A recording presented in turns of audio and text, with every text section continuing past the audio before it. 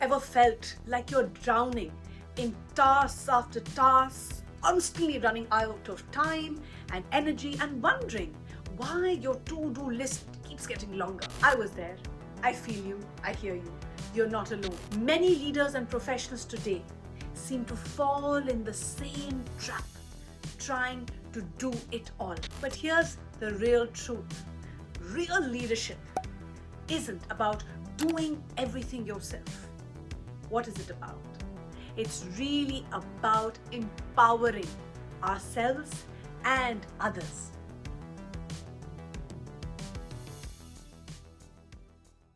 Welcome to today's episode. Today's topic is the art of delegation, how to empower yourself and your team. Nobody really teaches us this. Let me tell you a very interesting story. Sarah was a colleague, someone I worked with. She was a very high performing marketing manager at one of the startups that we were working together. She was extremely talented, creative, and driven. But over time, her performance started to dip.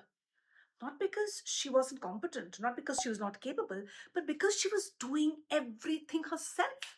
I saw her crumble. I saw her spirit crush. Designing campaigns, handling social media all by herself, writing all day, approving ads, every single detail.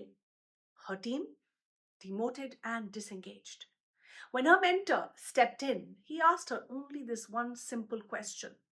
Why did you hire a team if you don't really trust them?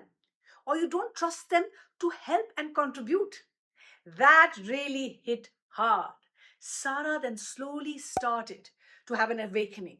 She started assigning simple small tasks, trusting her team, and giving them a sense of ownership. She also became their accountability partner. Within a month, everything changed. Projects moved faster. Her team started to step up. They started to level up. And guess what? Sarah could finally focus on strategy, not just execution after execution and feeling the burnout. That's the power of delegation. That is something which we all need to learn. It's a skill which can be learned. Delegation isn't about just dumping tasks. It's about building trust, sharing ownership, and developing leaders. So how can you get better at it in your every single day life?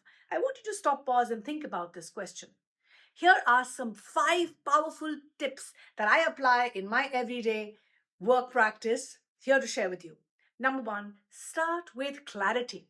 Know what needs to be done, by when, and what the goal really looks like. This is your responsibility. Vague delegation, vague ideas leads to confusion. Be clear, be concise. First, yourself, only then will your team match up. Second, match tasks to strengths. Don't just pass work to the nearest person around. Align tasks with people's skills, their passion, and their growth areas. If Priya, let's say, loves writing, she's good at creating writing, let her draft the proposal. If Arjun's great with number crunching, let him handle reports. So it's really your responsibility to delegate work by matching your team members' core strengths and competence. 3, let go of perfection, please. This is where most of us struggle. This is where most of us go wrong. Yes, they may not do it your way, but they'll find their way. And sometimes it's a better way. So have the humility to be open, to learn from others, to give others a chance. Give your guidance, not micromanagement. This is something that I notice very frequently, and this is something that has to be avoided. Number 4, be available, not controlling. Create a culture of support and encouragement. Be there for answering questions, but resist the urge to take over. Think like a coach, not a commander. Listen, validate, and then problem solve together. Number 5, celebrate their progress and don't forget to give positive feedback. Acknowledging efforts only fuels motivation, and constructive feedback, something you need to learn.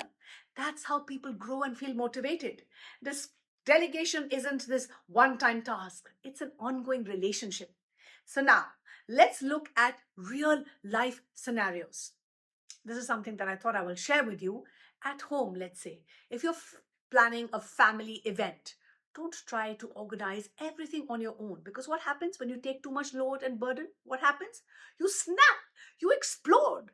Let your kids pick up the games. Let your partner handle the food. Empower your family the same way that you empower your team, because together we are better. Together we are stronger. Together we win. Same principles apply both at work and at home. At work, if you're leading a project, assign ownership. Let one person handle client communication. Let another person manage the coordination of the team. Let another manage the execution. Trust them, have faith in them, and you will be amazed with the results. I know this is the first time you may be trying your hands on delegation. Believe me, trust me, the secret is simple. Delegation isn't about reducing your workload, it's about multiplying your impact. So, the next time you feel overwhelmed, you feel burnt out, you have to ask yourself, what can I let go of today? Let someone else step in. Let someone else help. Let someone else grow.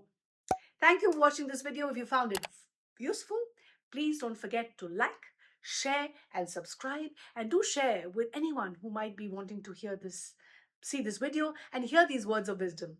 And in the comments, please tell us what's that one thing you're going to start doing from now, that you're going to start delegating from this week, whether at home or at work. Remember, great leaders don't create followers, they create even greater leaders. See you next time.